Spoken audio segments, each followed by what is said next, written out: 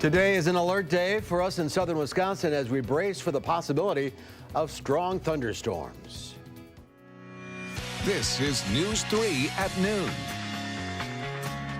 Good afternoon, everyone. I'm Mark Kane. Thanks for tuning in to News 3 on this Tuesday afternoon.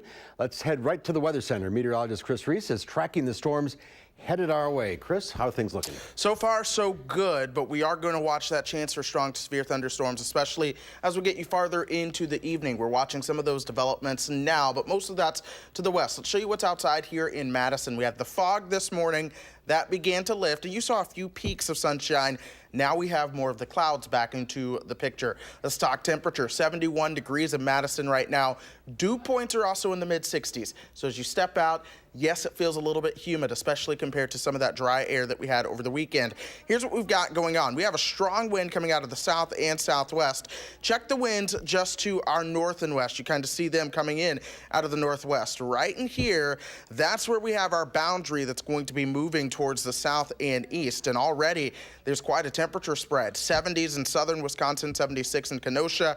You work your way back to the north and west, you have temperatures in the 50s and even some 40s across portions of Minnesota. And Madison sits right on the edge between the two air masses. You see some showers and thunderstorms over Iowa right now. That's moving into an environment that is becoming increasingly unstable, and that means we're going to watch that potential for strong to severe thunderstorms later on today. Essentially, if you're anywhere from Juneau down through Madison over towards Mount Horeb, through Mineral Point and Platteville, along with points to the south and east, you have the greatest risk for some strong to severe thunderstorms later on this afternoon and evening. Here coming up in a few minutes, Mark, I'm going to be breaking down the timing on when a lot of this could come through and what we can expect with that as well. All right, we'll see you in a few minutes. Thank you, Chris. My pleasure. Topping the news today, Madison City leaders are working to identify and assist any undocumented immigrants who have been arrested by federal agents over the last few days.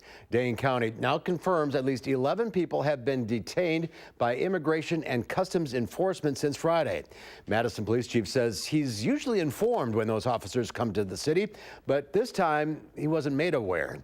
Mayor Paul Soglin said ICE needs to communicate with city leaders about who it perceives to be a threat to the community. Both the city and Dane County have funding included in their latest budgets to provide services to undocumented immigrants. Representative Mark Pocan says he's continued to push the agency for information, but all he's been told is that the arrests were targeted. The Madison Metro School District continues to show support for its families during the ongoing ICE activity in the area. The district wants families to know their kids are safe on school grounds. ICE officials are not allowed to have contact with students without a parent's permission. By law, all students have the right to a free K-12 education regardless of immigration status. The district has formed an internal work group so families can get all the help they need, including the best ways to talk to their child about this very topic. We have links up for you at channel3000.com. A Middleton software company will offer support services to employees following a workplace shooting. Nathan Herbst, the CEO of WTS Paradigm, publicly addressed last week's shooting for the first time this morning. The company is hosting a private event today where grief counselors will be available for employees. Herbst says employees are also being allowed to go back to work when they want to. We're committed to keeping our employees healthy and whole. We are supporting our employees and providing important support services to them. Our employees are doing as well as could be expected in this situation. 4 people were hurt during last Wednesday's shooting, all expected to survive. 1 remains in the hospital. Police shot and killed the shooter, Anthony Tong. He joined WTS in April of 2017. And the ATF says it's still trying to track down where the gun the shooter used last Wednesday came from. Police say Tong was not allowed to own a gun because of his history of mental health problems. A search warrant shows police confiscated hundreds of rounds of ammunition from Tong's home, along with gun parts and other things. A Madison alder will be recognized tonight by his colleagues on the Common Council for saving 2 lives during last month's historic flooding. District 20 Alder Matt Fair and his wife, along with another man, helped rescue 2 people from a car that was stuck in rushing water on the city's west side. The council will also take a moment to remember 70-year-old James Sewell, who was also in that car but swept away by the water. He drowned. A sequel to the popular Making a Murderer documentary series premieres next month on Netflix. The first series recounted the story of Stephen Avery and his nephew Brendan Dassey.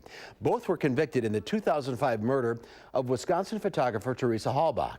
Avery and Dassey are both serving life sentences. Halbach's remains were found in the Avery family's Manitowoc County salvage yard. Avery insists police framed him, and Dassey has argued detectives coerced him into confessing. The documentary has spurred demands from people all across the world for their release. This new sequel airs on April 19th on Netflix. There's more to come on News 3 at noon. I'm next. We'll see what Howard's working on in the Mr. Food Test Kitchen. The fairy godmother may have turned a pumpkin into a carriage, but that's nothing compared to what we're doing with pumpkin today. Do you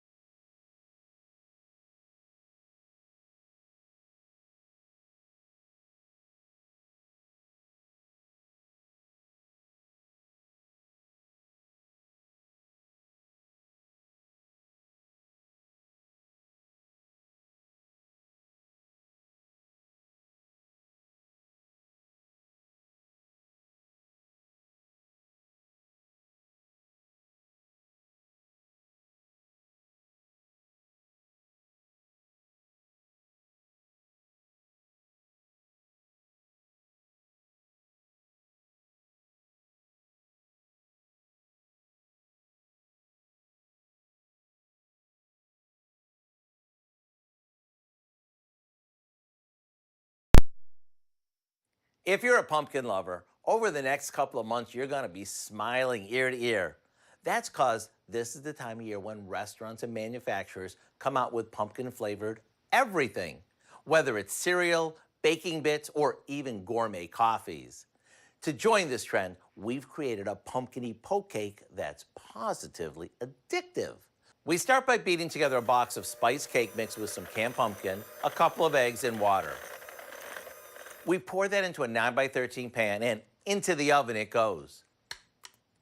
After it's cooled, we poke it with the handle of a spoon, like this. Now we spread on a good amount of vanilla pudding that we've added a bit of pumpkin pie spice to, making sure we fill all the holes. Over this goes a layer of whipped topping. Then we'll place it in the fridge to set up. Maybe garnish it to fit the season, and it's ready to serve. With each forkful, you'll get a mouthful of moist pumpkin cake accented with creamy vanilla pudding and whipped topping. To get the recipe for our pumpkin spice poke cake, all you need to do is visit our website. I'm Howard with Kelly in the Mr. Food Test Kitchen, where today we found a creamy, pumpkin-y way for you to say, ooh, it's so good. All right, Howard, thank you. Our registered dietitian joins us in the studio in just a few minutes. She'll answer your health and nutrition questions. Get those ready for you. I'll tell you when to call in. Plus, our chance for severe weather returns today. Chris Reese is tracking our next threat during the first alert forecast.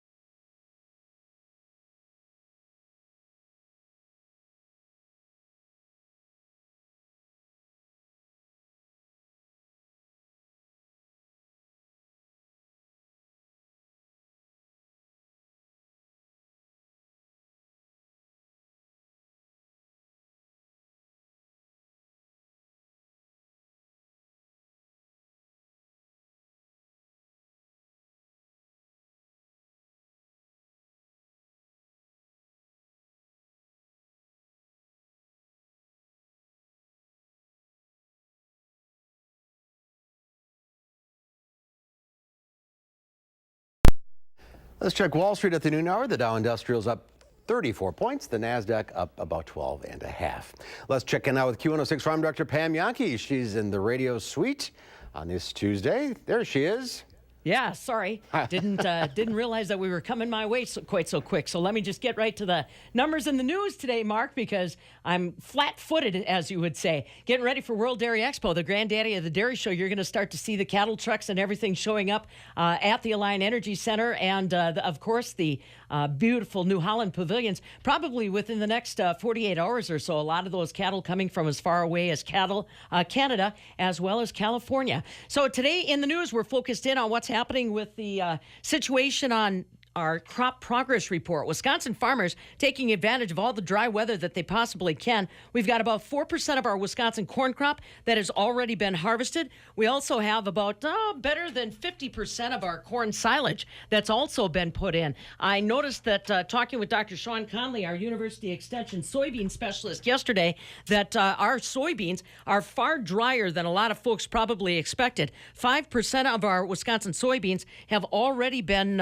harvested. And that's good news because the concern is that we are going to get to the point where we are so low on what's happening with our moisture levels that we're actually going to get docked. So please pay attention to soybeans. They've been kind of underserved this year. They're not the ones making news and definitely not making market prices. As far as dairy is concerned, next week, one of the big things that will be discussed is the Farm Bill and, shall we say, lack thereof. Now we're hearing from Washington, D.C., they're not going to get her done by September 30th, but they do believe that they will get the next Farm Bill done sometime in October.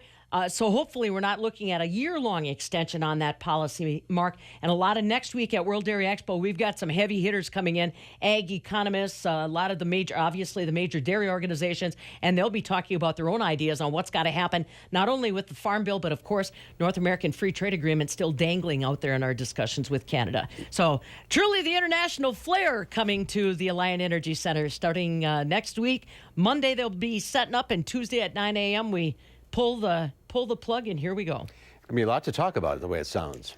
Yeah, absolutely. Absolutely. So whoever's in the weather office, tell them to start moving their hand over the crystal ball so Yankee knows how to dress for next week's show.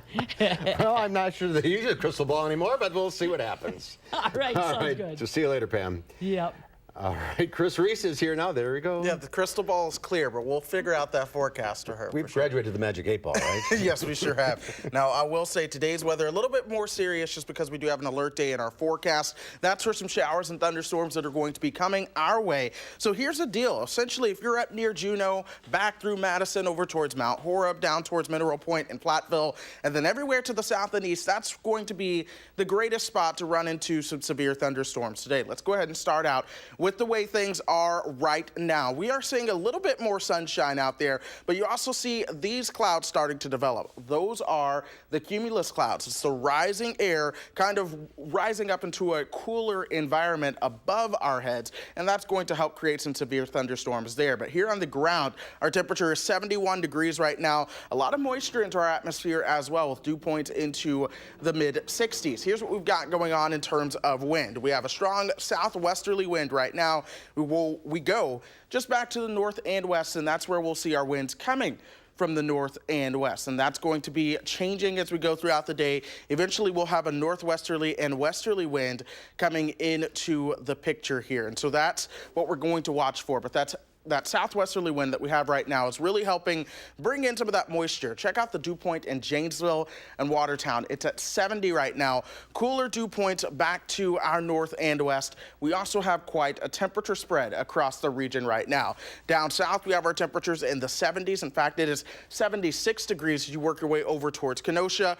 Cooler back towards the north and west. Check this out. 57 in Eau Claire, 49 towards Superior. In fact, that cold front right over the state of Wisconsin right now, this region of low pressure over Iowa, that's where we're finding a lot of our showers and thunderstorms that are going to be moving our way here soon. In fact, right near Waterloo, you have some rain coming down right now. A lot of the lightning and thunder out ahead of that, moving into an environment that is somewhat unstable. Of course, here in Madison, we're on the edge. That instability works deeper into the Great Lakes and the Ohio Valley. So those storms will be forming on top of us and then increasing in coverage and intensity as they work their way towards the east. But the reason this is the region with the most instability is because we are in what is known as the warm sector here. That's where your mild and humid air is, and this cold front's going to be activating a lot of that atmosphere, if you will. So let's go ahead and take you hour by hour through this afternoon. By about 1:30, you may see some of those showers and thunderstorms developing,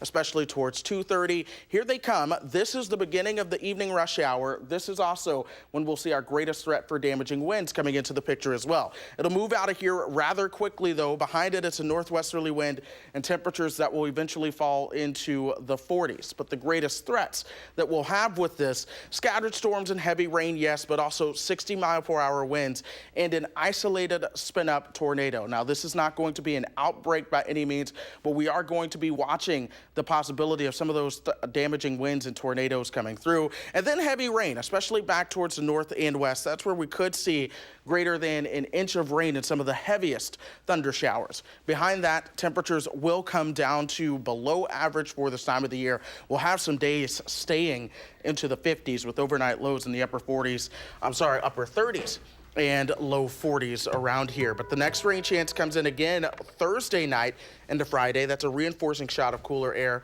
More rain chances through the weekend. It won't be a washout, though, and then we'll have another thunderstorm chance as we head into Monday and Wednesday next week. So we're going to be up and down in this somewhat active pattern. All right, stay alert late this afternoon. Yes, stay alert late this afternoon. We'll have more folks here to keep you up to date on social media and online going through the rest of this All afternoon. right, sounds good. Thanks, Chris. My pleasure. There's more to come on News 3 at noon. Up next, our registered dietitian, Michelle Swader, joins us in studio to answer your health and nutrition questions live on the air. Give us a call, 270-9933. We'll get to your calls right after this.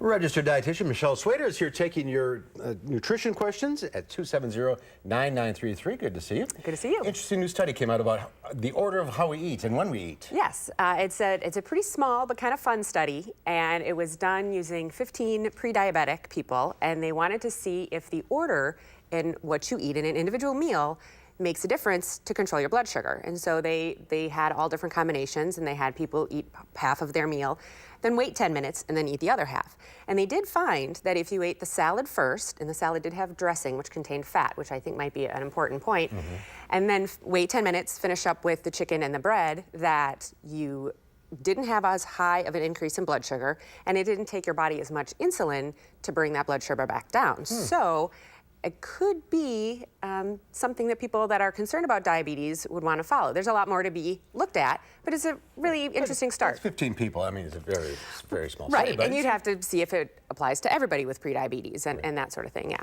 All right, let's get to the calls. We'll start things off. Let's see here. Who do we have? We have Mary Ann in Janesville. Hi, Mary Ann. Mary Ann, you there? Oh, Mary. Mary Ann, going once. Nope, she's not there. Okay. Hold on, maybe it's on our end. Hello. There she is. Hi, Mary Ann. What's your question? Okay. I went to the doctor last week, and they said I had high blood white blood cells, and I was wondering exactly what that would mean.